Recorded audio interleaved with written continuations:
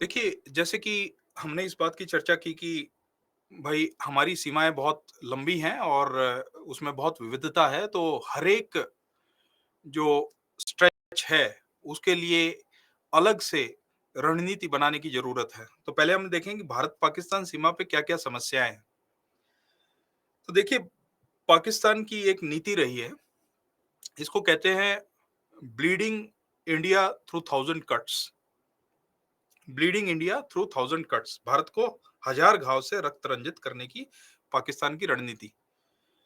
इसमें क्या-क्या कंपोनेंट हैं? तो देखिए, घुसपैठ करना, छद्म युद्ध करना,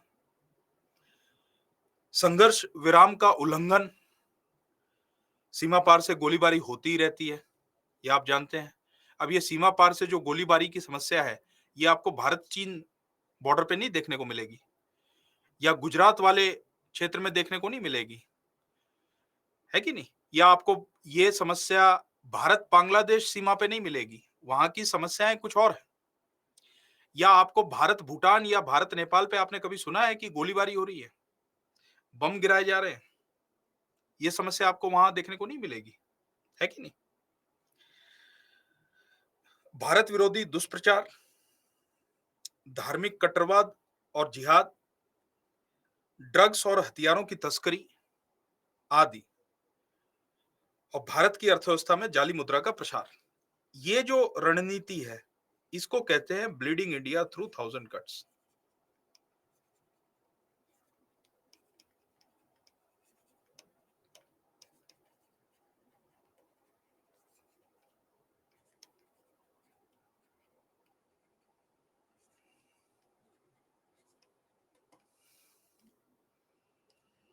ये समझ में आई? अब देखिए, घुसपैठ के लिए क्या-क्या तरीके अपनाए जाते हैं? तो आपसे अगर मैं पूछूं कि भाई पाकिस्तान सीमा पार से गोलीबारी क्यों करता है? इसके क्या कारण हैं? तो क्या आप बता सकते हैं?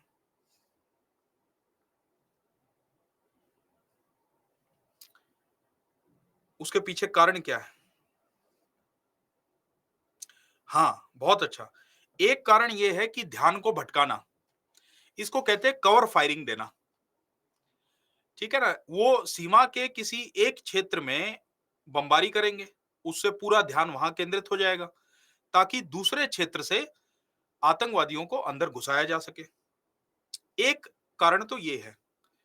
दूसरा कारण क्या है?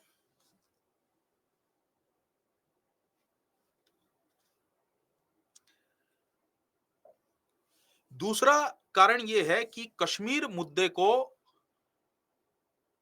जो अंतरराष्ट्रीय समूह है, समुदाय है, उसके सामने फ्रेश रखना। कल्पना कीजिए कि सीमा पर कोई गतिविधि हो ही नहीं रही। कल्पना कीजिए कि सीमा पर किसी भी प्रकार की बमबारी नहीं हो रही है, शांति है। तो ऐसी स्थिति में अंतरराष्ट्रीय समुदाय क्या सोचेगा कि भाई इनके बीच में सीमा को लेके कोई विवाद नहीं है। और मान लीजिए कि 1 साल कोई बमबारी नहीं होती और 1 साल बाद पाकिस्तान बमबारी करता है। तो ऐसी स्थिति में अंतरराष्ट्रीय समुदाय बोलेगा कि जब 1 साल से शांति थी, तो अब बमबारी करने की क्या आवश्यकता थी? उस पर दोष लगेगा। तो अंतरराष्ट्रीय समुदाय इस बात को ना भूले कि कश्मीर एक विवादित मुद्दा है।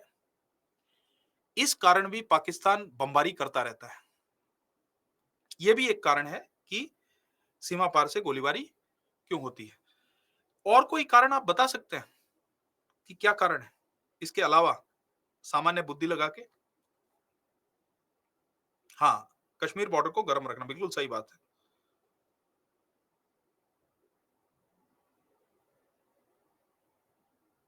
हाँ, बहुत अच्छे। एक छात्र ने इसका सटीक जवाब दिया है कि सीमा पर जो लोग रह रहे हैं, उनको डराना, ताकि वो सीमा छोड़ के भाग जाएँ, ताकि वो नज़र ना रख पाएँ।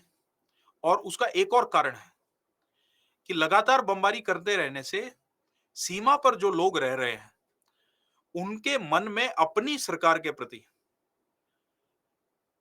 एक वैमनस्य का भाव होगा, क्योंकि वो सोचेंगे कि ये जो सरकार है वो हमारी रक्षा कर ही नहीं पा रही। ये बात समझ में आई आपको? क्लियर हुआ कि क्या-क्या कारण है? तो एक कारण तो सीमा विवाद को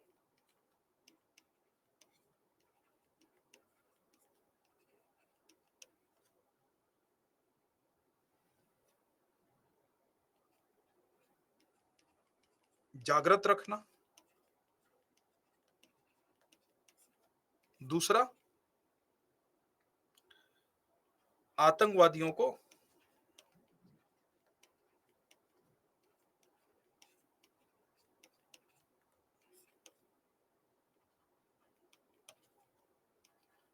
कवर फायरिंग देना ताकि घुसपैठ की जा सके।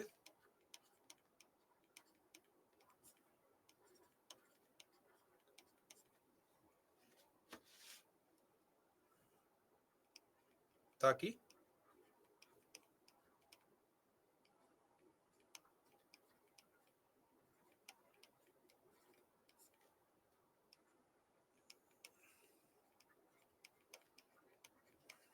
और तीसरा कारण क्या है कि जो सीमा पर रह रहे लोग हैं, सीमांत क्षेत्र के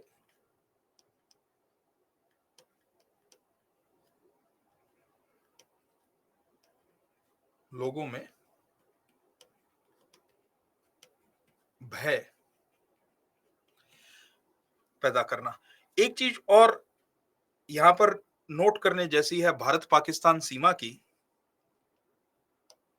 देखिए समस्या क्या होती है। कल्पना कीजिए कि ये भारत पाकिस्तान सीमा है, एलओसी मानिए। बॉर्डर अलग चीज होती है, लाइन ऑफ कंट्रोल अलग है।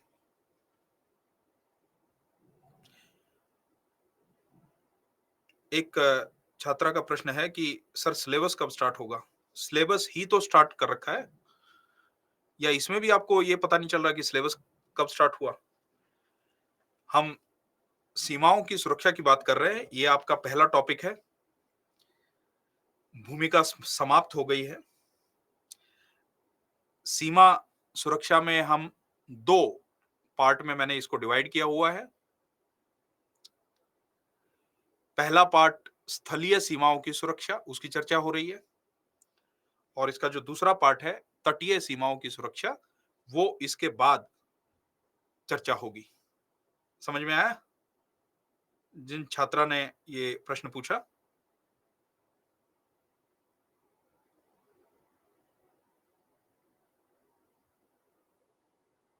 ठीक है। देखिए एक और समस्या जो है कि ये जो बॉर्डर पार से गोलीबारी होती है,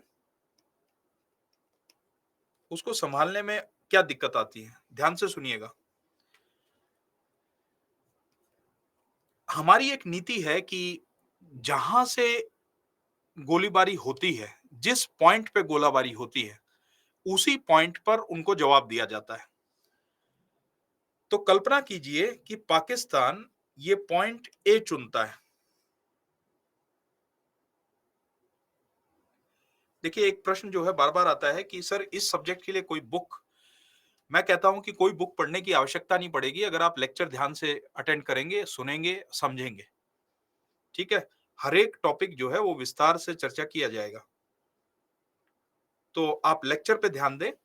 आपको ये स्लाइड दी जाएंगी, इसमें जो भी मटेरियल है वो पर्याप्त है प्रश्नों का उत्तर करने के लिए।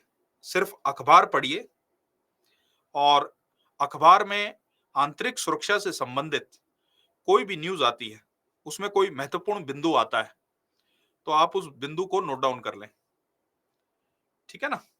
इतना आपको करना है, बस इतना कीजिए, पर्याप्त है। ठीक है। छोटे विषय के लिए मोटी मोटी किताबें ना पढ़ें, यह आपके समय का दुरुपयोग होगा, क्योंकि आपको और भी बहुत कुछ पढ़ना होता है, और मैं यहां पर विस्तार से चर्चा करने ही वाला हूं हर एक विषय की। ठीक है। इसके करंट अफेयर्स कैसे कवर करें? देखिए जब ये सिलेबस पूरा पढ़ा दूंगा, उसके बाद आपको स्पष्ट पता चलेगा अखबार में कि ये जो न्यूज़ आई है, ये आंतरिक सुरक्षा से जुड़ी न्यूज़ है कि नहीं। कश्मीर आतंकवाद पे कोई चर्चा आती है, कोई एडिटोरियल छपता है या कोई न्यूज़ आती है, तो उसमें से महत्वपूर्ण बिंदु निकाल के आप नोट डाउन कर लें। अब तक का जो अपडेटेड है, वो मैं आपको पढ़ाऊँगा ही, ठीक है ना? लेकिन जैसे लेक्चर खत्म होगा, उसके बाद आपकी क्या ज़िम्मेदारी बनती है कि जो आपने क्लास में सीखा, उसको जो है बैकबोन बना के, उसको पिलर बना के, आप जो न्यूज़पेपर में आ रहा है, उसको समझने की कोशिश करें। और आपको लगता है कि कोई नई चीज़ आई है, तो उसको आप अपने नोट्स में ऐड कर लें। समझ में आई बात? क्लियर हुआ?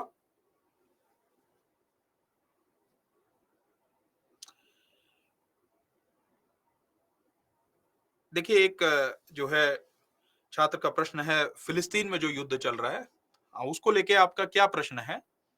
वो आप बताइए। हालाँकि आंतरिक सुरक्षा की दृष्टि से वो बहुत महत्वपूर्ण नहीं है, वो आप अंतर्राष्ट्रीय संबंधों में पढ़ेंगे। वो मेरा विषय नहीं है। लेकिन जो इज़राइल, हाँ, बिल्कुल।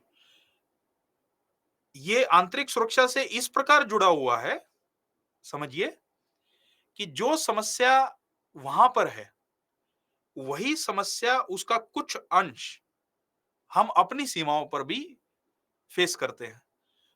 और एक बात तो आपने सुनी ही होगी कि necessity is mother of invention. ये कहावत सुनी है आपने? Necessity is mother of invention. उनके वहां जो भी समस्या है, उस समस्या से निपटने के लिए उन्होंने कुछ तकनीक इजाद की है, कुछ टेक्निक इन्वेंट की है। हाँ, आपने नहीं सुनी है ये कहावत। ये कहावत ये कहती है कि कोई भी आविष्कार वो जरूरत के हिसाब से होता है। तो उनकी जैसी समस्या है, उसके हिसाब से उन्होंने टेक्नोलॉजी बनाई है।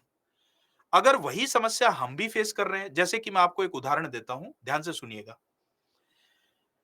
एक समस्या जो इज़राइल फेस करता है, वो है टनल खोदकर, जो हमास के आतंकवादी हैं, वो टनल खोदकर इज़राइल में आ जाते हैं और अटैक करते हैं।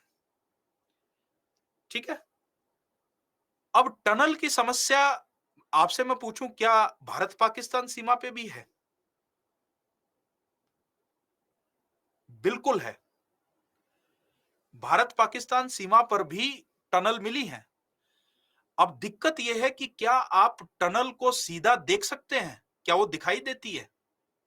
अगर मान लीजिए कि जमीन पर हमारे सैनिक पेट्रोलिंग कर रहे हैं, तो क्या उनको दिखाई देगी टनल?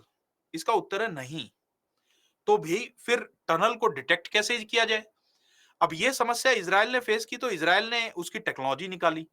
उसको कहते हैं ग्राउंड पेनिट्रेशन रडार्स। क्या बोला जाता है? Ground penetration radar. जो दुनिया में सबसे उन्नत प्रकार के ग्राउंड पेनिट्रेशन रडार हैं, वो इज़राइल के पास है। क्लियर हुआ? जो जमीन के नीचे भी देख लेते हैं कि कोई ऐसा खाली जगह तो नहीं है, उससे टनल को डिटेक्ट करने में सहायता प्राप्त होती है। तो निश्चित तौर पे हमारा और इज़राइल का आपस में समझौता है, एग्रीमेंट है, जिसके अंतर्गत हमने एक पायलट प्रोजेक्ट भी किया है। भारत पाकिस्तान सीमा पे भी किया है, दूसरी सीमाओं पे भी किया है। बांग्लादेश की सीमा पर भी एक पायलट प्रोजेक्ट किया गया है, जिसमें इसको बोला जाता है 5 लेयर्ड वर्चुअल फेंस। क्या बोला जाता है? 5 लेयर्ड वर्चुअल फेंस। टनल होती है गुफा। छात्रा का प्रश्न है कि टनल क्या है? टनल मतलब गुफा। गुफा खोद के जो है आतंकवादी या असामाजिक तत्व वो अंदर घुसाते हैं। और ये समस्या हमने अपने बॉर्डर पे भी देखी है। आजकल एक नए प्रकार की समस्या आ रही है। देखिए, कई तरीके इस्तेमाल किए जाते हैं कि ये भारत पाकिस्तान की सीमा है।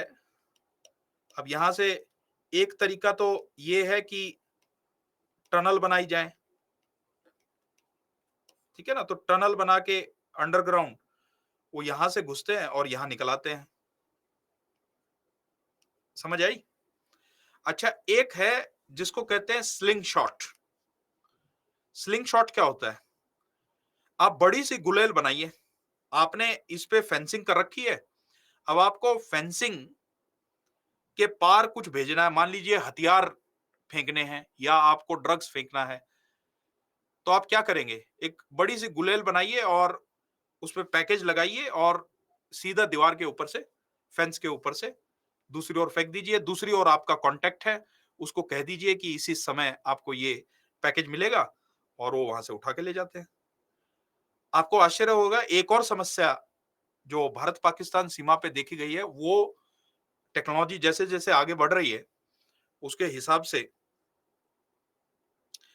जो है नई नई समस्याएं उत्पन्न हो रही हैं। आपने ड्रोन का नाम सुना होगा, आजकल ड्रोन बहुत सामान्य हो गए हैं और बड़े उन्नत प्रकार के ड्रोन आ रहे हैं,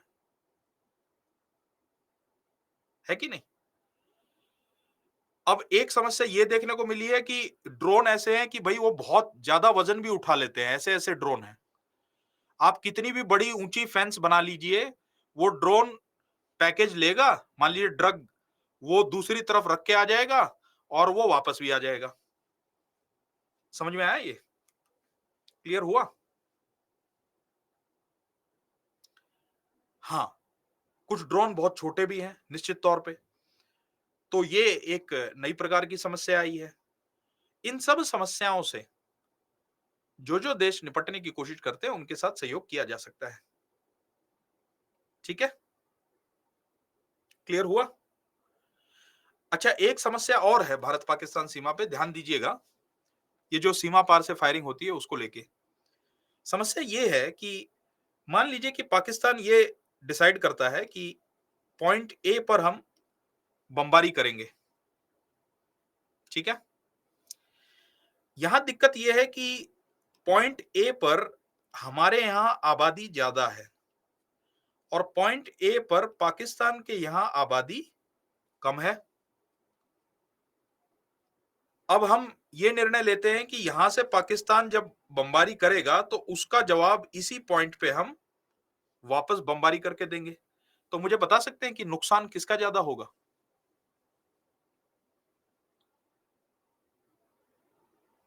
हाँ, बिल्कुल। क्योंकि हमारी नीति ये रही है कि जहां पर वायलेशन होगा सीज फायर का, वहां पर ही हम उनको जवाब देंगे। रणनीति होनी क्या चाहिए? होनी ये चाहिए कि जहां पर पाकिस्तान की आबादी ज्यादा है, अगर कायदे से देखा जाए एक व्यवहारिक जो राज्य होता है वो तो ऐसा ही करेगा, और जहां पर हमारा कम है इस पॉइंट पर जवाब दिया जाना चाहिए। क्लियर हुआ? लेकिन ऐसा हम नहीं करते हैं। इसका कारण बता सकते हैं कि हम ऐसा क्यों नहीं करते?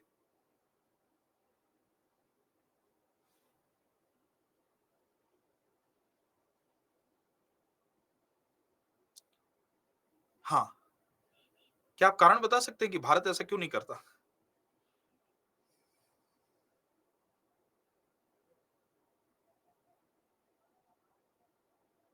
हाँ, ठीक है। एक तो जो अंतरराष्ट्रीय नियम मूल्य हैं वो भी महत्वपूर्ण है, लेकिन हम किसी सिविलियन को नुकसान नहीं पहुंचाना चाहते हैं। आपने देखा होगा कि हम जब भी कार्रवाई करते हैं हम करते हैं सर्जिकल स्ट्राइक। सर्जिकल स्ट्राइक में सर्जिकल शब्द का मतलब क्या है? सर्जिकल शब्द का मतलब है कोलेटरल डैमेज कम से कम। कोलेटरल डैमेज क्या होता है? जब भी आप गोलाबारी करेंगे, आप करते तो सेना के ऊपर है, लेकिन उस गोलाबारी में जो सिविलियन क्षेत्र हैं वो भी प्रभावित होते हैं। हमारी दुश्मनी पाकिस्तान के लोगों के साथ नहीं है, और कम से कम भारत एक ऐसा सभ्य राष्ट्र है जो इस बात का ध्यान रखता है। ये बात क्लियर हुई आपको?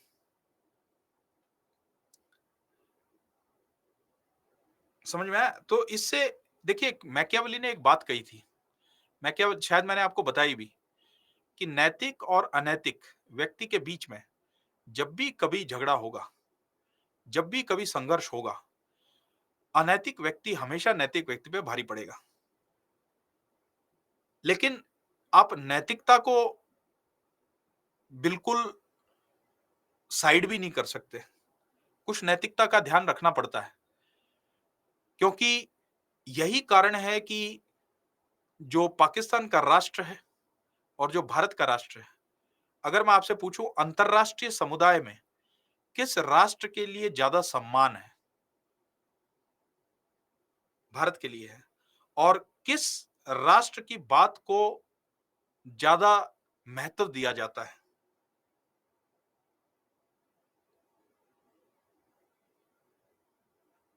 भारत की बात को ज्यादा महत्व दिया जाता है। बिल्कुल, समझ में आया बात?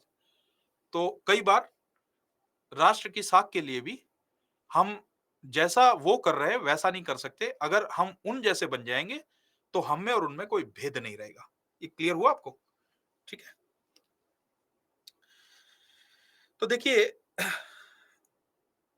फिर भारत विरोधी दुष्प्रचार करना, इससे क्या होता है? वो कोशिश करते हैं कि धर्म की आड़ लेके या जो हम में विविधताएं हैं उसकी आड़ लेके लोगों को भड़काएं, खासकर सीमांत क्षेत्र में। देखिए, सीमांत क्षेत्र के लोगों को लेके कौटिल्य क्या कहते हैं अर्थशास्त्र में, आज से 2300 साल पहले? वो कहते हैं कि सीमांत क्षेत्र में जो लोग रहते हैं उनका स्पेशल ध्यान रखा जाना चाहिए। उनका स्पेशल ध्यान रखा जाना चाहिए, क्योंकि अगर आप उनका ध्यान नहीं रखेंगे। हाँ, एंड टू एंड एन्क्रिप्शन का मैं आपको बताऊंगा सोशल मीडिया पे जब आएगा। आपने शायद पता किया होगा, मैंने कल प्रश्न रखा था, आप इसका उत्तर ढूंढ के आए होंगे कि व्हाट्सएप आपका कितने बिट एन्क्रिप्शन पे चलता है। अच्छी बात है, आपने याद दिलाया। हाँ बिल्कुल, 256 बिट एन्क्रिप्शन। 256 बिट एन्क्रिप्शन को बोला जाता है military grade encryption. Military grade, इसको टैप करना बहुत मुश्किल होता है। समझ में आया? और बाकी इसकी चर्चा जो है साइबर सिक्योरिटी में मैं आपके साथ करूंगा कि इस एन्क्रिप्शन की वजह से क्या क्या चुनौतियां हैं आंतरिक सुरक्षा को। क्लियर हुआ? ठीक है। देखिए, ऐसे ही धार्मिक कट्टरवाद और जिहाद, ड्रग्स और हथियारों की तस्करी, ये भारत पाकिस्तान सीमा पे समस्याएं हैं। भारत की अर्थव्यवस्था में जाली मुद्रा का प्रसार, इससे आर्थिक असंतुलन पैदा होता है। हालांकि अभी तो हमने अपनी जो करेंसी के नोट्स हैं उसको बदल दिया है। पहले पाकिस्तान की जो करेंसी थी और हमारी जो करेंसी थी, उसमें जो कागज का उपयोग होता था वो नॉर्डिक कंट्री से आता था, एक ही स्रोत से आता था, जिसकी वजह से वो जाली मुद्रा भी बना पाते थे और जाली मुद्रा के सहारे वो अपने आतंकी गतिविधियों को वो फंड भी करते थे। एक तरीका आतंकी गतिविधियों को फंड करने का ड्रग्स बेचना है। देखिए, कहा जाता है कि, मुझे पता नहीं आपके क्षेत्र में कितने लोग प्रभावित हैं, लेकिन मैं क्योंकि दिल्ली में रहता हूं तो मैंने प्रत्यक्ष भी देखा है। जब भी मैं किसी पार्क या गार्डन में विचरण करने जाता हूं, घूमने फिरने जाता हूं, तो मैंने युवाओं को ड्रग्स लेते भी देखा हुआ है। आप किसी भी समाज को नष्ट करना चाहते हैं तो उसमें ड्रग्स प्रभावित कर कर दीजिए। जो व्यक्ति ड्रग्स का एडिक्ट हो जाता है वो ना किसी रिश्ते को पहचानता है, ना किसी जिम्मेदारी को जानता है, घर में हर चीज को बेच देगा, यहाँ तक कि माँ बाप, भाई बहन, पति पत्नी सबको बेच देता है। और ये बात उनको पता है, और ये समस्या बड़ी गंभीर भी होती जा रही है। चाहे वो पाकिस्तान के लगते सीमांत राज्य हों या म्यांमार के लगते, क्योंकि वहां भी गोल्डन ट्रायंगल है, यहाँ पर गोल्डन क्रेसेंट है, यहाँ से भी अफीम बहुत ज्यादा आती है। और अफीम की खेती गोल्डन ट्रायंगल में भी खूब होती है। म्यांमार, लाओ, थाईलैंड, यहां से भी बहुत आती है। और एक व्यक्ति एक बार ड्रग्स का एडिक्ट हो गया तो आप समझ लीजिए कि उस व्यक्ति को वापस लाना लगभग लगभग नामुमकिन हो जाता है। वो व्यक्ति पैसे के लिए कुछ भी करेगा, लेकिन ड्रग्स लेने के लिए वो पैसा कहीं ना कहीं से लेके आएगा। चाहे उससे आप हत्या करवा लो, चाहे आपसे उससे कोई जुर्म करवा लो, कुछ भी करने के लिए वो तैयार है। बात समझ में आई?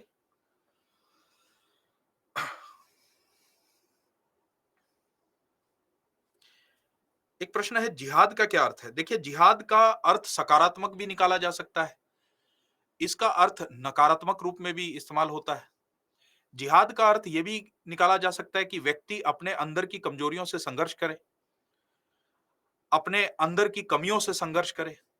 लेकिन जो दूसरों को बरगलाते हैं, वो इस शब्द का कुछ और ही अर्थ निकाल के, तो जिहाद का अर्थ आप ये मान सकते हो कि एक प्रकार का युद्ध जिसे वो धर्म के लिए ज़रूरी मानते हैं, धर्म के प्रचार-प्रसार के लिए ज़रूरी मानते हैं। समझ में आया आपको?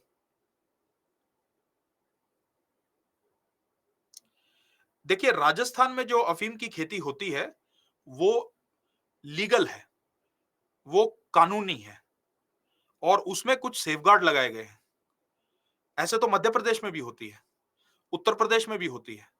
ये कुछ राज्य हैं जहाँ पर लीगल तरीके से, तो वहाँ पर जो है किसान बताता है कि मैं इतनी अफ़ीम उगाऊँगा और उसका इस्तेमाल हॉस्पिटल में होता है। उसका इस्तेमाल जो कैंसर से पीड़ित पेशेंट हैं, उनके दर्द को कम करने के लिए किया जाता है। ठीक है? लेकिन यहाँ बात चल रही है अफ़ीम की जो अवैध खेती है, उसकी बात चल रही है। ठीक है?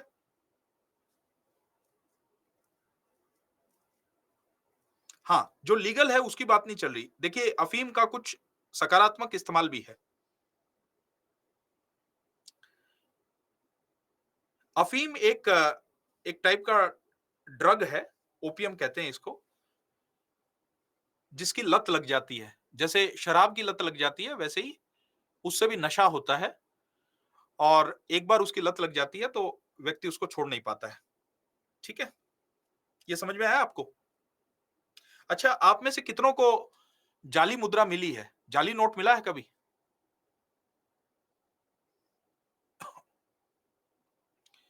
देखिए, मुझे मिले हैं जाली नोट। ₹500 का नोट भी जाली मिला है मुझे।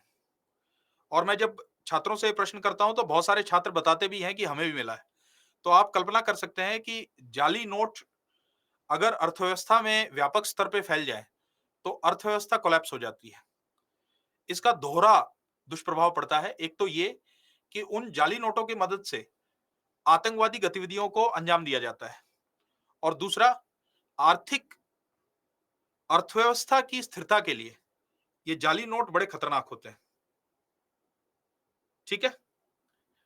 तो ये भी एक समस्या पाकिस्तान बॉर्डर पे देखने को मिलती है।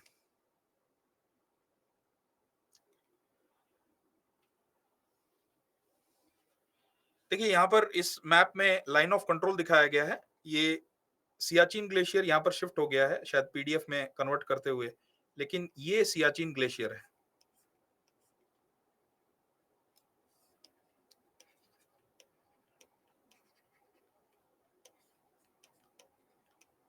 पाकिस्तान के साथ हमारा इंटरनेशनल बॉर्डर भी है, लाइन ऑफ कंट्रोल भी है और एक लाइन उसको कहते हैं AGPL, actual ground position line, एजीपीएल। ये एजीपीएल कहां है ये मैं आपको बता देता हूं। ये लाइन आपको दिख रही है, इसको कहते हैं AGPL, actual ground position line.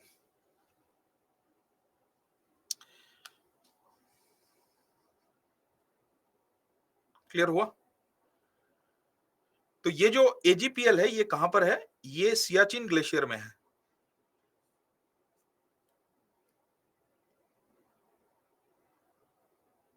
तो देखिए एलओसी जो है वो इस बिंदु तक जाता है। इसके बाद ऐसी समझ थी दोनों देशों में कि इसके आगे जो एलओसी है वो उत्तर दिशा की तरफ जाएगी। इसको ध्यान से सुनिएगा। लेकिन पाकिस्तान का ये क्लेम है कि इस इसको कहते हैं 9842 पिलर, पिलर नंबर 9842। इस पिलर से पाकिस्तान का यह कहना है कि उत्तर पूर्वी दिशा में एलओसी एक्सटेंड करेगी। उनका ये दावा है। कहां तक? तो यहां पर जो है कराकोरम पास है, यहां तक। अगर ऐसा होता है तो ये सारा का सारा सियाचिन ग्लेशियर पाकिस्तान में चला जाएगा।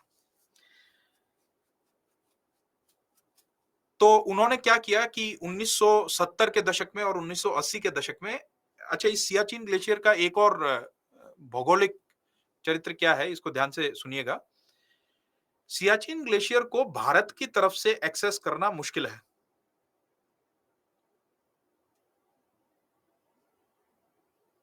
देखिए, एक प्रश्न किया गया है, एलओसी और एलएसी में क्या डिफरेंस है? एलएसी जो है वो चीन के साथ है और एलओसी जो है वो पाकिस्तान के साथ है। ठीक है, क्लियर?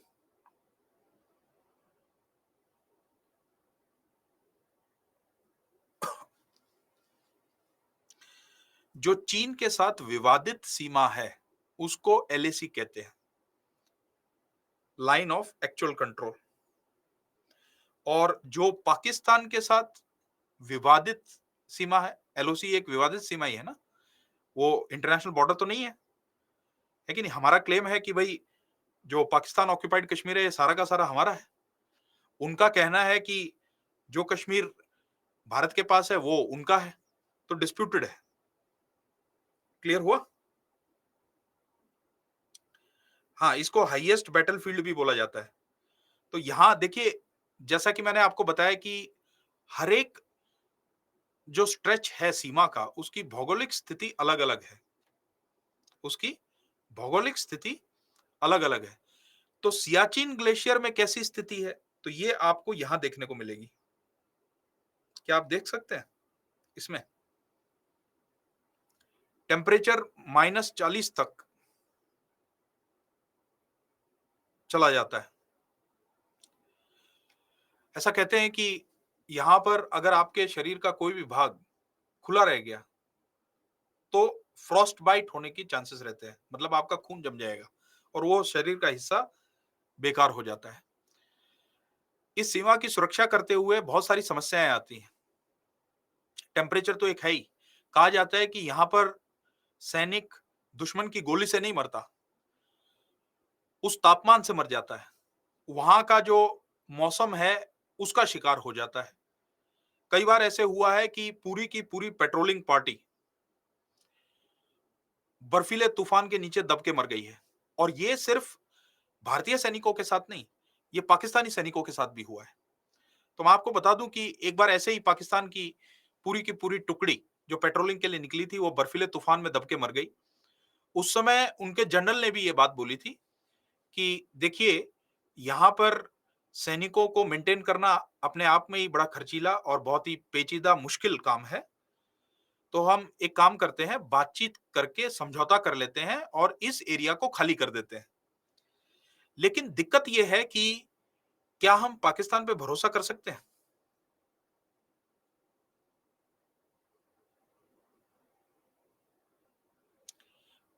क्यों नहीं कर सकते? क्योंकि जितने भी समझौते हुए, उस किसी भी समझौते का पालन उन्होंने लेटर और स्पिरिट में नहीं किया। ये समझ में आया? अच्छा, प्रकृति हमारे प्रति और ज्यादा क्रूर है क्योंकि सियाचिन ग्लेशियर को हमारे साइड से एक्सेस करना बहुत मुश्किल है और पाकिस्तानी साइड से एक्सेस करना आसान है। ये क्लियर हुआ?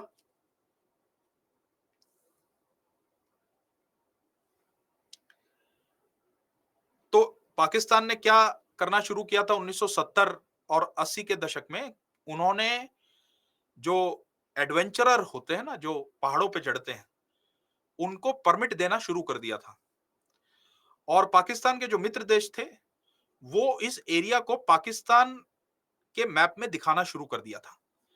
जब इसकी इंफॉर्मेशन हमें मिली, प्राप्त हुई इंटेलिजेंस के थ्रू, तो भारत की आर्मी ने एक प्रोएक्टिव ऑपरेशन किया। उसको ऑपरेशन मेघदूत कहा जाता है और पहले ही जाके सियाचिन क्षेत्र को कब्जा कर लिया। उन्होंने भी काउंटर ऑपरेशन लागू किया तो 1/3 हिस्सा उनके पास भी है। तो आप अगर इस मैप में देखेंगे, मैं आपको ये देखिए, ये जो गुलाबी हिस्सा है, ये पाकिस्तान के अधिकार क्षेत्र में है, और ये जो ऑरेंज क्षेत्र है, सियाचिन ग्लेशियर 2/3 वो हमारे कब्जे में है। अच्छा, ये क्षेत्र जो है सामरिक दृष्टि से भी बहुत महत्वपूर्ण है। इसकी रक्षा इसलिए भी की जानी चाहिए। भले ही यहाँ पर तापमान -40 डिग्री है, भले ही यहाँ पर दुश्मन की गोली की बजाय बर्फीले तूफानों से व्यक्ति मर जाता है, लेकिन सामरिक दृष्टि से ये क्षेत्र बहुत महत्वपूर्ण है, क्योंकि आप देख सकते हैं कि ये उस क्षेत्र को सीधा देखता है जिसे भारत अपना हिस्सा मानता है, लेकिन जिसे पाकिस्तान ने 1963 में चाइना को दे दिया था, चाइना को गिफ्ट कर दिया था। इनको बोला जाता है सक्शगम वैली। ये जो एरिया है, इनको कहा जाता है, मैं यहां पर लिख देता हूं, सक्शगम वैली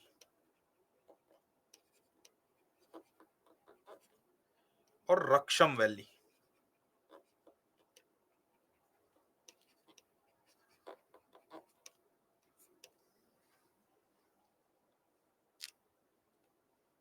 ठीक है,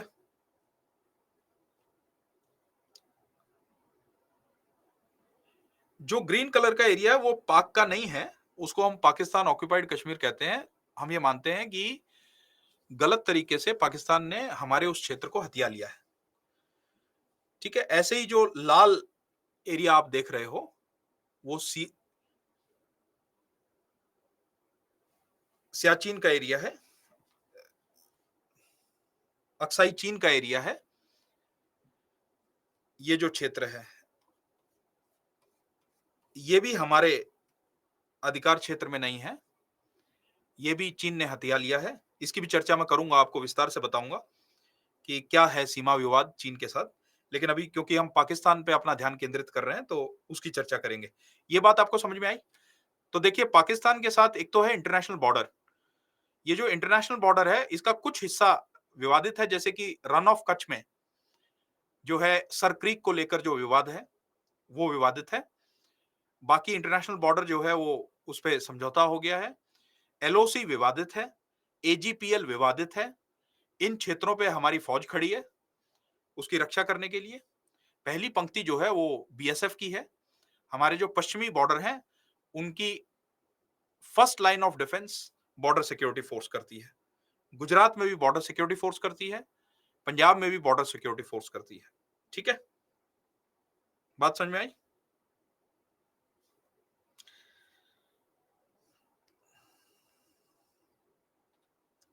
देखिए, भारत पाक सीमा को सुरक्षित करने के लिए क्या कदम उठाए गए हैं।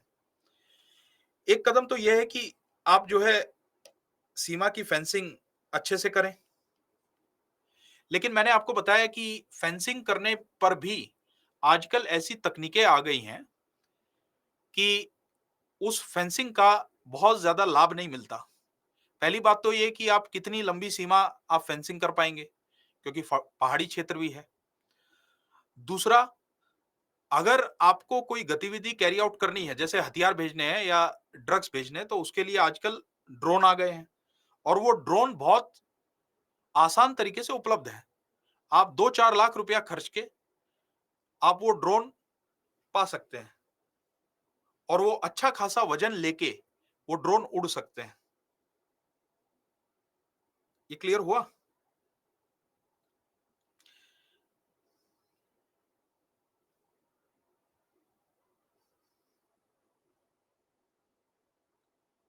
देखिए, आप इसको ड्रोन भी कह सकते हैं, या इसका दूसरा नाम है, उसको कहते हैं यूएवी, अनमैन्ड एरियल व्हीकल। ठीक है ना, अनमैन्ड एरियल व्हीकल। और ड्रोन में एक अंतर ये होता है कि ड्रोन में जो है अटैक करने के भी साधन लगाए जाते हैं, जैसे कि कोई छोटी मिसाइल लगा दी या कोई गन लगा दिया। ये फर्क होता है ड्रोन और यूए में।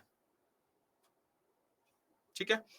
अच्छा, दूसरा तरीका है बहुस्तरीय निगरानी, वैज्ञानिक तकनीक का इस्तेमाल करके। जैसा कि मैंने आपको बताया कि भाई, पेट्रोलिंग करना तो जरूरी है, लेकिन जो पेट्रोलिंग करती पार्टी है वो टनल नहीं देख सकती। तो उसके लिए क्या बनाया जाए? तो ग्राउंड पेनिट्रेशन रडार बनाए जाए। अच्छा, आजकल एक वर्चुअल फेंसिंग का भी कॉन्सेप्ट आया हुआ है, जिसको जिसका एक हिस्सा होता है लेजर बॉर्डर। आपने सुना है लेजर बॉर्डर?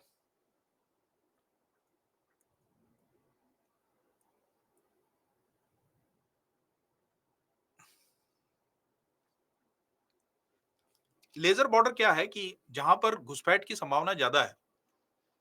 देखिए, हर चप्पे चप्पे पे आप सीमा के सैनिकों को नहीं खड़ा कर सकते,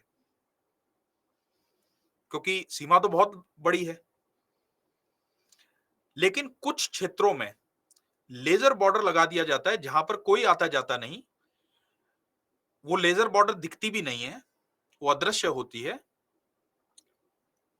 वहां से कोई भी गुजरेगा तो तुरंत जो है उसका सायरन, वो जो कंट्रोल रूम होता है उसमें बजता है, और फिर इमीडिएटली उस क्षेत्र में सैनिक की टुकड़ी भेजी जाती है पेट्रोलिंग के लिए, ताकि ये देखा जा सके कि यहां से कौन आया है।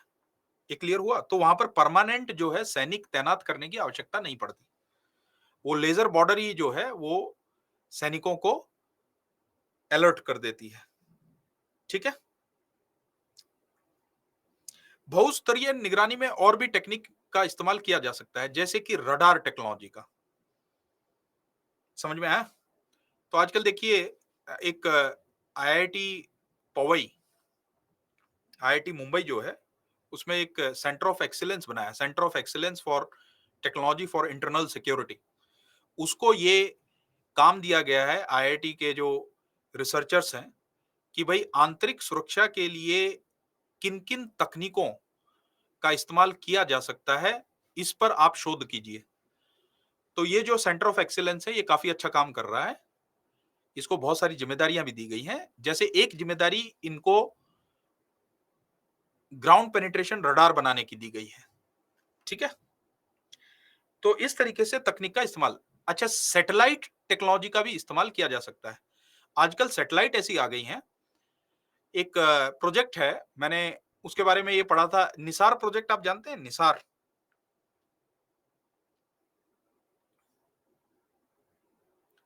क्या आपने पढ़ा है करंट अफेयर्स में इसके बारे में? निसार, कोई फुल फॉर्म बता सकता है निसार का? NASA ISRO synthetic aperture radar, Nisar. ऐसा कहा जाता है कि निसार की इतनी क्षमता है कि आपके घर के सामने जो गार्डन है उसमें आप अगर एक पेन रख देंगे, तो निसार ये बता सकता है कि ये पेन जो है कौन सी कंपनी का है। इतना जबरदस्त उसका रेजोल्यूशन है।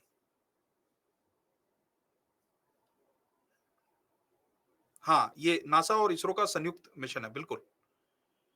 तो देखिए, अब सैटेलाइट टेक्नोलॉजी, कैमरा टेक्नोलॉजी ये इतनी उन्नत हो गई है कि आप अपने बॉर्डर्स पर लाइव नजर रख सकते हैं। ठीक है। अब इतनी खुफिया जानकारी तो कोई मुझे देगा नहीं, मैं तो एक शिक्षक हूं, कि भाई किस सेंसिटिविटी की सैटेलाइट बॉर्डर की निगरानी के लिए रखे गए हैं। लेकिन मेरा ऐसा मानना है कि जिस प्रकार की स्पेस और सैटेलाइट क्षमता हमने डेवलप कर रखी है, ठीक है, भारत जो है वो स्पेस पावर माना जाता है, तो निश्चित तौर पे उनके पास ऐसी सैटेलाइट होंगी कि वो लाइव देख सकते हैं कि कहां से क्या चल रहा है। क्लियर हुआ?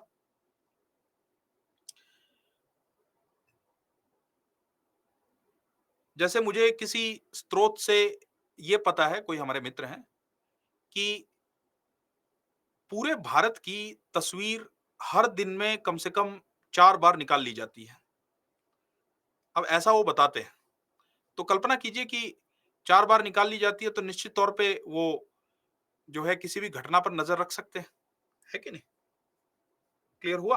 और मेरे ख्याल से वो बात बताई थी कई सालों पहले, तो आज तो टेक्नोलॉजी और ज़्यादा उन्नत हो गई होगी। तो इस तरीके से तकनीक का इस्तेमाल करके भी बॉर्डर की सिक्योरिटी की जा सकती है। और आने वाले समय में तो निश्चित तौर पे ये जो centre of excellence for internal security है, जो आईआईटी मुंबई में है, वो अच्छा काम करेगा। और हम ये मान सकते हैं कि सीमा की सुरक्षा के लिए निश्चित तौर पे ऐसी तकनीक इजाद कर ली जाएगी कि और सक्षमता के साथ सीमाओं की सुरक्षा करी जा सकेगी। ठीक है। फिर देखिए, सीमा पर रह रही जनजातियों का सहयोग। देखिए, अभी कुछ ही लगभग 1 महीना पहले मैं कश्मीर में ही था, और मैं इधर-उधर घूमने गया तो आपने ये जो बकरवाल जाति के लोग जो भेड़-बकरी चराते रहते हैं, ठीक है ना? पशुओं को इधर-उधर चराने के लिए ले जाते हैं, तो जब मैं पहाड़ों में गया तो इनको भी मैंने देखा। मैंने इनमें एक चीज़ देखी है कि जैसे हमारे जैसे लोग जो दिल्ली में रहते हैं, दिल्ली वाले लोग तो वैसे ही हाँफते रहते हैं, क्योंकि यहाँ प्रदूषण ही इतना है। लेकिन वहाँ पर पहाड़ चढ़ते-चढ़ते आदमी हाँफ जाता है। लेकिन ये लोग वज़न लेके भी पहाड़ पे आसानी से ऐसे चलते हैं जैसे समतल रोड पे चल रहे हों। और मैंने सुना है कि ये जो है पहाड़ी रास्ता लेते हैं और अपने पशुओं को पहाड़ी क्षेत्र में और वहीं पर वो अपना टेंट लगा के रह भी लेते हैं। तो इनको जो पहाड़ी क्षेत्र है ना, वो ऐसे पता है किसी सैनिक को भी नहीं पता होगा, किसी सुरक्षा एजेंसी को नहीं पता होगा। हाँ, 99 में भी इन्होंने इन्फॉर्मेशन दी थी। ये जो चरवाहे होते हैं बकरवाल जाति के, ये बड़े देशभक्त माने जाते हैं और इनकी जानकारी बड़ी सटीक होती है और सबसे महत्वपूर्ण बात कि ये पहाड़ का चप्पा-चप्पा बहुत अच्छे से जानते हैं क्योंकि सारा दिन वो वही काम करते रहते हैं, है कि नहीं? तो इसको मैं सामरिक जाति बोलूँगा, स्ट्रैटेजिक कम्युनिटी। और ज़रूरत इस चीज़ की है कि सरकार जो है इनका ख़ास ध्यान रखे, ख़ास ख़्याल रखे और सुनने में ये आया है, मैंने जब वहाँ के कुछ अधिकारियों से बात की थी कि इनके लिए स्पेशल स्कीम भी चलाई गई है। जैसे इनके बच्चों को पढ़ाने के लिए जो मूविंग स्कूल होते हैं, ठीक है ना? मतलब टीचर भी डेप्यूट होते हैं जिनको सरकार तनख्वाह भी देती है और वो टीचर भी वहीं रहते हैं। तो जहाँ ये अपने पशुओं को चराते हैं, वहीं पे एक मेकशिफ्ट टेंट में इनके बच्चों को पढ़ाया जाता है, इनके लिए क्लासेस चलाई जाती हैं, ऐसा स्कीम भी।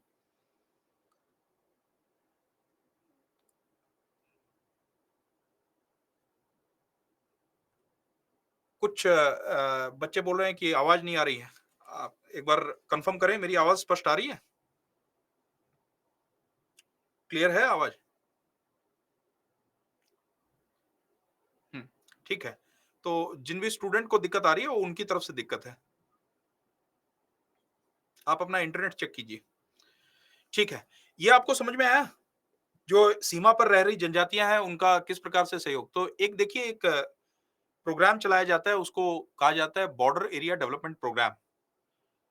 बॉर्डर एरिया डेवलपमेंट प्रोग्राम जो सीमा से 10 किलोमीटर तक, 10 किलोमीटर के अंदर-अंदर जितने भी गाँव हैं, उनकी ज़िम्मेदारी, क्योंकि उनके ऊपर ख़ास खतरा रहता है। सीमा पार से गोलीबारी हो रही है, घर डैमेज हो गया। कम्युनिटी सेंटर बना के दिया था, कम्युनिटी सेंटर ध्वस्त हो गया। ठीक है, प्राइमरी हेल्थ सेंटर है, वो ध्वस्त हो गया। कई बार ऐसे गाँव हैं जहाँ पर रोड ही नहीं जाती, एक्सेसिबल नहीं है। इनके बच्चों के भविष्य को लेके इनको कुछ पता नहीं कि क्या होगा।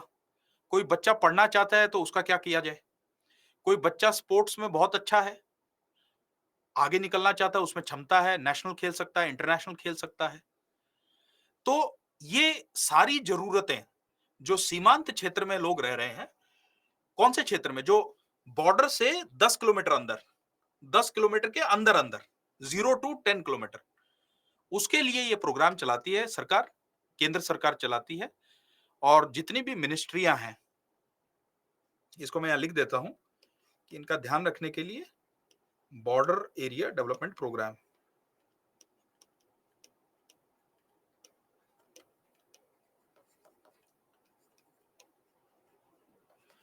डेवलपमेंट प्रोग्राम,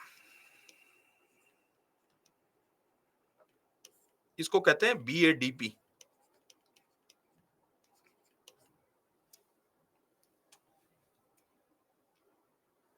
ठीक है? तो इसके अंतर्गत देखिए ये जो फंड होता है, ये सुरक्षा बलों को दिया जाता है। क्यों दिया जाता है, इसका कारण बता सकते हैं आप? कि ये सुरक्षा बलों को क्यों कहा जाता है? कि आप जो है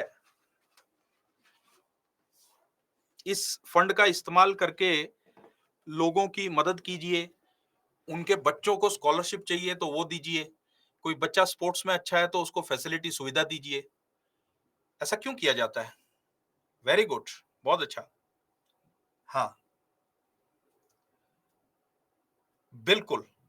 तो आपको मैं ये बात बता दूँ कि सामान्यतः बाहर ये लोग सोचते हैं कि जो है वो सुरक्षा बलों पे भरोसा नहीं है, लेकिन सीमांत क्षेत्र के लोगों का सुरक्षा बलों पे बहुत भरोसा है। और यही कारण है क्योंकि उनको जो सुरक्षा बल हैं वो दोस्त की तरह नज़र आते हैं, क्योंकि वो मेडिकल कैंप भी लगाते हैं उसी पैसे के अंतर्गत। किसी का घर टूट गया है तो उसका भी फंडिंग करते हैं। कम्युनिटी सेंटर टूट गया है तो उसको भी फंडिंग करते हैं। किसी का बच्चा पढ़ना चाहता है, स्कॉलरशिप चाहिए, वो स्कॉलरशिप प्रदान करते हैं। किसी का बच्चा खेलने कूदने में बहुत अच्छा है, उससे उनकी लॉयल्टी बनी रहती है सुरक्षा बलों के प्रति। They are able to win the hearts and minds of these people. उनके दिलों को जीतने की कोशिश रहती है, और इससे वो सीमांत क्षेत्रों को क्योंकि बहुत अच्छे से जानते हैं, कोई सूचना मिलती है तो वो सुरक्षा बलों का साथ भी देते हैं। ये क्लियर हुआ आपको? अंडरस्टूड?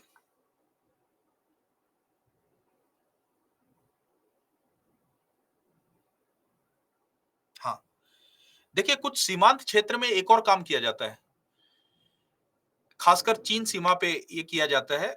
सिर्फ लोगों के मन ही नहीं जीते जाते, सिर्फ लोगों के दिल ही नहीं जीते जाते, बल्कि उनको ट्रेन भी किया जाता है कि कल को अगर मान लो कि उस क्षेत्र पे कब्जा हो तो वो गुरिल्ला युद्ध कर सके। तो ये ट्रेनिंग भी दी जाती है उनको। उनको मार्शल आर्ट्स भी सिखाया जाता है। ये सारा काम कौन करता है? ये सारा काम सुरक्षा बल करते हैं। क्लियर हुआ? अच्छा, ये भी बताया जाता है कि इन केस दुश्मन अगर कब्जा कर लेता है तो लड़ने के लिए हथियार कहां मिलेंगे आपको? ये भी कम्युनिटी के साथ जुड़ाव है। क्लियर हुआ? ठीक है। तो निश्चित तौर पे सीमाओं की जो सुरक्षा है वो सुनिश्चित तभी की जा सकती है जब सीमांत क्षेत्र में जो लोग रह रहे हैं आप उनका पूरा सहयोग प्राप्त करें। और उनका सहयोग तभी आप प्राप्त कर सकते हैं जब आप उनके दिलों को जीतें। और उनको दिलों को जीतने का एक माध्यम यह है कि आप उनके संकट में उनके साथ खड़े रहें। आपको बताऊंगा कि अभी सरकार ने एक स्कीम लागू की है। पहले क्या होता था कि सीमा पार से गोलाबारी होती थी तो जो है आसपास कुछ बंकर बनाए जाते थे, और घर से बाहर निकलकर और तब उन बंकर में छुपा जाता था ताकि कोई बम आके गिरे तो उससे कोई मरे ना, हताहत ना हो, चोट ना लगे। लेकिन अब सरकार ने इसी बीएडीपी स्कीम के अंतर्गत हर एक घर के नीचे बंकर बनाने के लिए पैसा जारी किया है। क्लियर हुआ? हर एक घर के नीचे, ताकि बमबारी जैसे चालू हो तो कहीं भागने की जरूरत ना पड़े, अपने घर के नीचे ही बंकर में जाके छुप जाए, ताकि कम से कम कैजुअलिटी हो, कम से कम लोग मारे जाएं। और पाकिस्तान का जो नापाक इरादा है वो कभी भी पूरा ना हो। ये समझ में आया? हाँ, बहुत अच्छी बात बोली है एक छात्र ने कि ये भी सिक्योरिटी एजेंसी के इनडायरेक्ट मेंबर हैं। बिल्कुल है। देखिए, अभी आपको शायद कुछ आपने विलेज डिफेंस कमेटी, इसका नाम सुना है? विलेज डिफेंस कमेटी, खासकर जम्मू कश्मीर में।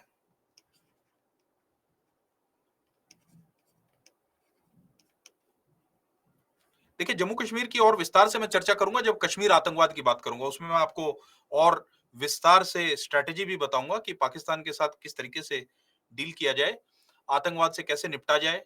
ठीक है, वो सारी चर्चा मैं और विस्तार से करूंगा क्योंकि अभी सिर्फ सीमा पर हम अपना ध्यान केंद्रित कर रहे हैं, इसीलिए ये चर्चा चल रही है। विलेज डिफेंस कमेटी क्या है?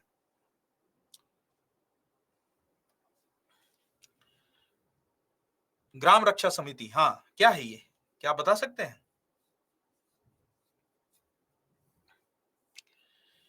देखिए, हर एक गांव के लिए सेना हर समय उपलब्ध नहीं हो सकती। अभी हाल ही में कुछ हमले हुए, आतंकवादियों ने जम्मू में, जम्मू के क्षेत्र में जो गांव हैं उन पे अटैक किए, और गांव में घुस के, क्योंकि उनके पास तो AK-47 रहती है, गांव में घुस के लोगों को मारा। अब आपको एक फैक्ट बता दूं कि गांव के जो लोग होते हैं ना वो बड़े बहादुर होते हैं। वो AK-47 लिए हुए आतंकवादी से भी भिड़ जाएंगे।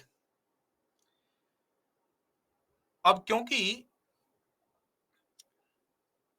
सेना हर चप्पे-चप्पे पे उपलब्ध नहीं हो सकती, इसीलिए जो कुछ युवा हैं, जिनको ये ज़िम्मेदारी दी गई, जिनको ज़िम्मेदार जो है समझा जाता है कि हाँ, ये हथियार का गलत इस्तेमाल नहीं करेंगे, उन्हें राइफलें उपलब्ध करवाई गई। ताकि AK-47 एक उन्नत हथियार है, ऑटोमेटिक गन है, ठीक है ना? हाँ, तो आत्मरक्षा के लिए बिल्कुल सही बात है कि अगर गाँव पे हमला होता है तो कुछ लोगों को हथियार दे दिए जाएँ, उनकी ज़िम्मेदारी रहेगी कि अगर गाँव में आतंकवादी घुस जाते हैं, जब तक सेना आए, जब तक पुलिस आए, तब तक ये लड़ सकें। बिना हथियार के, बिना लड़े हताहत ना हों। क्लियर हुआ? ठीक है कि सीमाओं की सुरक्षा किस प्रकार, खासकर जो सीमांत क्षेत्र में लोग रह रहे हैं, उनको उनके साथ किस प्रकार सुरक्षा बल जो है, एक साथ मिल के चलते हैं। ये बात क्लियर हो गई? सुरक्षा बलों को सीमा पर रह रही जनजातियों का सहयोग, ठीक है? फिर देखिए सुरक्षा बलों को बेहतर प्रशिक्षण और हथियार, ये तो निश्चित करना ही पड़ेगा। हथियारों में बदलाव भी किए गए हैं। रशिया के साथ भी हमारा समझौता हुआ है। उनकी AK-56 सीरीज की जो गन्स हैं, वो भारत में बनेंगी और सरकार ने कैलिफोर्निया से भी कुछ हथियार इंपोर्ट किए हैं। पहली कोशिश ये है कि जो सीमांत क्षेत्र में सुरक्षा बल तैनात हैं, उनको सबसे बेहतर हथियार दिए जाएँ। हथियार अगर बेहतर होगा तो सीमा की सुरक्षा करना भी आसान होगा। क्लियर हुआ?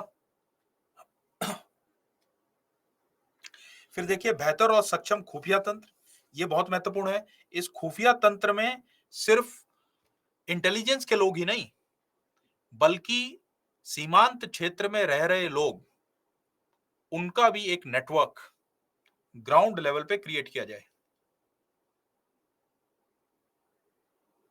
हाँ, इंसास राइफल पहले दी जाती थी। इंसास राइफल बहुत सफल राइफल नहीं है। उसके तुलना में जो AK सीरीज की जो गन है, AK-47 हुई या AK-56 हुई, ये गन ज़्यादा बेहतर मानी जाती हैं और बहुत रफ एंड टफ होती हैं। इंसास राइफल में एक दिक्कत थी। हाँ, AK-203 सीरीज की भी जो गन है वो भारत में बनेंगी। AK-203। देखिए, इंसास के साथ एक दिक्कत क्या थी कि कई बार ऐसा देखा गया था कि मान लीजिए कि मुठभेड़ चल रही है आतंकवादियों के साथ, तो इंसास राइफल कई बार अटक जाती थी। ये एक दिक्कत आती थी। और जो आतंकवादियों के पास बंदूकें हैं, वो तो उन्नत हैं। AK-47 सीरीज की बंदूकें हैं। तो AK-47 से इंसास से लड़ना मुश्किल हो जाता था। इसीलिए जो है जैसे AK-203 की जो सीरीज की जो गन है वो काफी उन्नत मानी जाती है, काफी सक्षम मानी जाती है। हाँ, बिल्कुल। एक छात्रा का कहना है कि जिस तरह नक्सली समाज में घुल मिल जाते हैं, उसी प्रकार का खुफिया तंत्र विकसित किया जाए, निश्चित तौर पे। हाँ, एक प्रश्न जो है वो एक छात्रा ने किया है, सर आतंकवादियों को कहाँ से इतना उन्नत गन मिलता है? बड़ी अच्छी बात कही है। मैं आपको एक चीज़ बताऊँगा कि स्टैटिस्टिक्स ये बताता है कि पाकिस्तान हर साल लगभग 350 करोड़ पैसा जो है इन्हीं गतिविधियों के लिए इस्तेमाल करता था। एक बात समझिए कि सीधा युद्ध जीतने की क्षमता पाकिस्तान में नहीं है, तो उसने अपरोक्ष, इनडायरेक्ट वॉर, प्रॉक्सी वॉर, अप्रत्यक्ष युद्ध करने की रणनीति बनाई। इस रणनीति के तहत उसको कम खर्चा करना पड़ता है। सीधा युद्ध लड़ने में तो बहुत खर्चा होगा और दूसरा सीधा युद्ध जीत भी नहीं सकते। उसने कई बार कोशिश की, लेकिन वो युद्ध जीत नहीं पाता है। तो 300 साढ़े 300 करोड़ में आपके गन भी आ जाते हैं और प्रकार के हथियार भी आ जाते हैं। ठीक है ना? ऐसा अभी तो नहीं, अभी तो पाकिस्तान की अर्थव्यवस्था काफी डामाडोल है, जिसकी वजह से इन चीजों के लिए वो पैसा नहीं दे सकता।